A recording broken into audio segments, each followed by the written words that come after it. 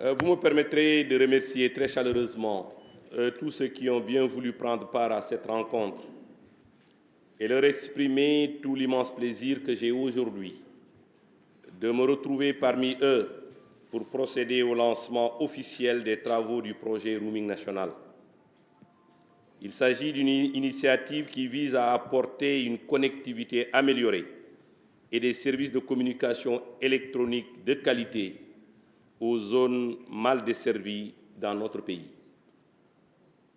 En d'autres termes, le projet Roaming National au Sénégal va permettre aux utilisateurs de services de téléphonie mobile de bénéficier d'une couverture étendue et fiable, même dans les régions éloignées. Cela ouvre de nouvelles perspectives pour les habitants vivant dans ces zones en leur offrant un accès aux services de communication électronique essentiels et en favorisant le développement socio-économique. En ma qualité de directeur général, j'ai pleinement la conscience du rôle crucial que joue la connectivité dans le développement socio-économique de l'ensemble des régions qui composent notre cher Sénégal. Toutefois, force est de constater que certaines zones rurales ont été confrontées à d'importants défis en matière d'accès aux services de téléphonie mobile, entraînant ainsi une inégalité dans la répartition numérique entre les zones urbaines et celles plus éloignées.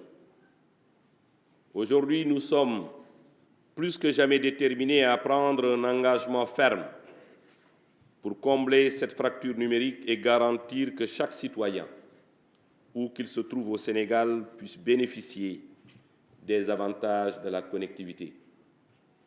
Mesdames, Messieurs, le projet du Roaming National offre la possibilité aux opérateurs de téléphonie mobile de mutualiser leurs infrastructures et prestations, garantissant ainsi une couverture étendue et fiable des zones mal desservies. Cette initiative permettra à nos concitoyens résidant dans ces localités d'accéder à une connectivité inédite, leur procurant un accès sans précédent à l'information, aux opportunités économiques, éducatives ainsi qu'aux services sanitaires, entre autres avantages indéniables. Le roaming national aura un impact significatif sur le développement économique local, en stimulant l'esprit d'entrepreneuriat, en facilitant les transactions commerciales et en offrant de nouvelles opportunités pour les petites et moyennes entreprises. En outre, cette initiative renforcera la cohésion sociale grâce à une communication améliorée entre des familles et communautés éloignées. Mesdames, Messieurs, au vu de ce qui précède, il me plaît de déclarer que, ce matin, nous avons rendez-vous avec l'histoire, car la rencontre d'aujourd'hui sera à jamais gravée dans les annales des télécommunications. En effet, le numérique constitue depuis quelques années un moyen incontournable dans l'union entre les populations. Cette révolution a créé des raccourcis et a servi de socle de développement de tous les secteurs de la vie économique. Toutefois, malgré les investissements des opérateurs dans ce domaine, il reste encore des zones où même la 2G est perçue comme un luxe. C'est pour cette raison que dès ma prise de service à l'ARTP, saison 2, je me suis assigné 10 priorités que vous connaissez déjà. Dans celle-ci, le roaming national occupe une place de choix, eu égard aux bénéfices que les consommateurs, surtout ceux qui vivent dans les zones éloignées, vont en tirer. Pour rappel, la démocratisation de l'accès aux services de communication électronique est l'une des préoccupations majeures du chef de l'État, son Excellence Macky Sall, président de la République du Sénégal, qui n'a de cesse de créer et de soutenir des initiatives dans ce domaine par le truchement de plusieurs leviers. L'exemple du piment en est une illustration parfaite.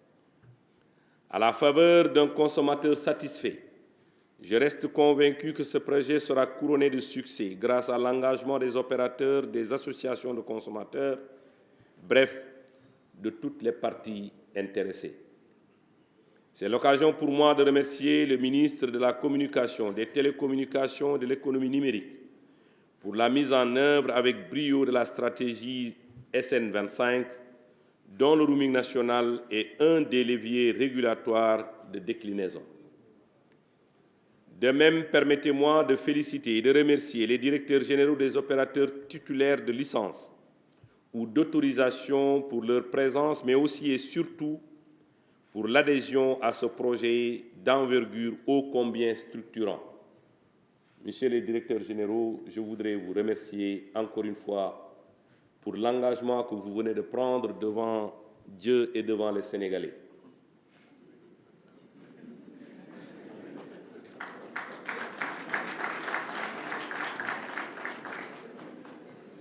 Je confonds à ces remerciements les associations de consommateurs qui ont toujours fait confiance aux décisions du régulateur, nonobstant les vicissitudes et la complicité de cette discipline qu'est la régulation dont l'objectif générique est la recherche de l'équilibre au bénéfice des utilisateurs.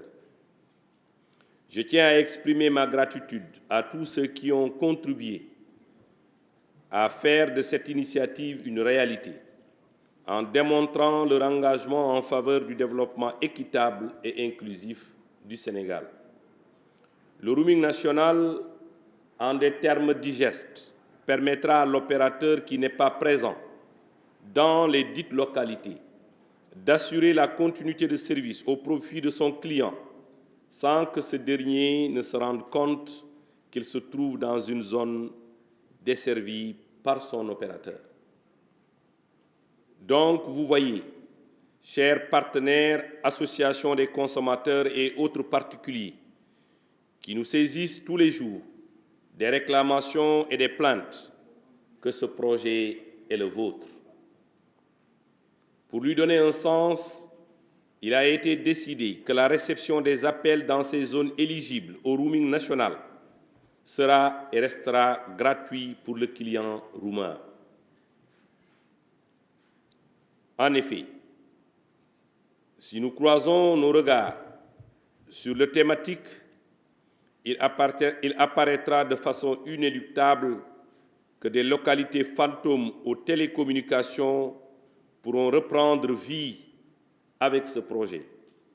Quand on parle de télécommunications, ce sont tous les services à valeur ajoutée qui suivent notamment les transferts d'argent. Je tiens à préciser que le roaming national que nous allons mettre en place horizon 31 juillet, où on va tester le premier roamer, Inch'Allah, se fera aussi bien sur la voix que sur les données. Mesdames, Messieurs, malgré les mérites de ce projet, il vous vient certainement à l'esprit la question suivante. Le roaming national ne va-t-il pas constituer pour certains opérateurs une évasion en termes d'investissement? Autrement dit, certains acteurs ne vont-ils pas profiter de ce grand projet de solidarité pour se soustraire de leurs obligations d'investissement? Pour répondre à cette interrogation, je puis donner les assurances que l'ARTP veillera scrupuleusement à ce que ce levier de régulation ne soit pas un obstacle à l'investissement qui restera de mise pour les opérateurs.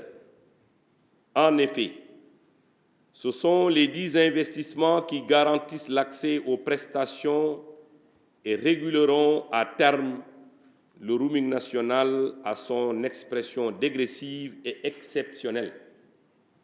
À travers le roaming national, on va replacer l'église ou la mosquée au milieu du village pour que chaque opérateur en bénéficie, si bien que le consommateur y trouve son compte. Mesdames, Messieurs, les Ivoiriens disent que pour manger un éléphant, il faut le découper. Dès lors qu'au regard de son importance, notre projet aurait cette taille, il me plaît de rappeler qu'il se fera en différentes phases qui sont les suivantes.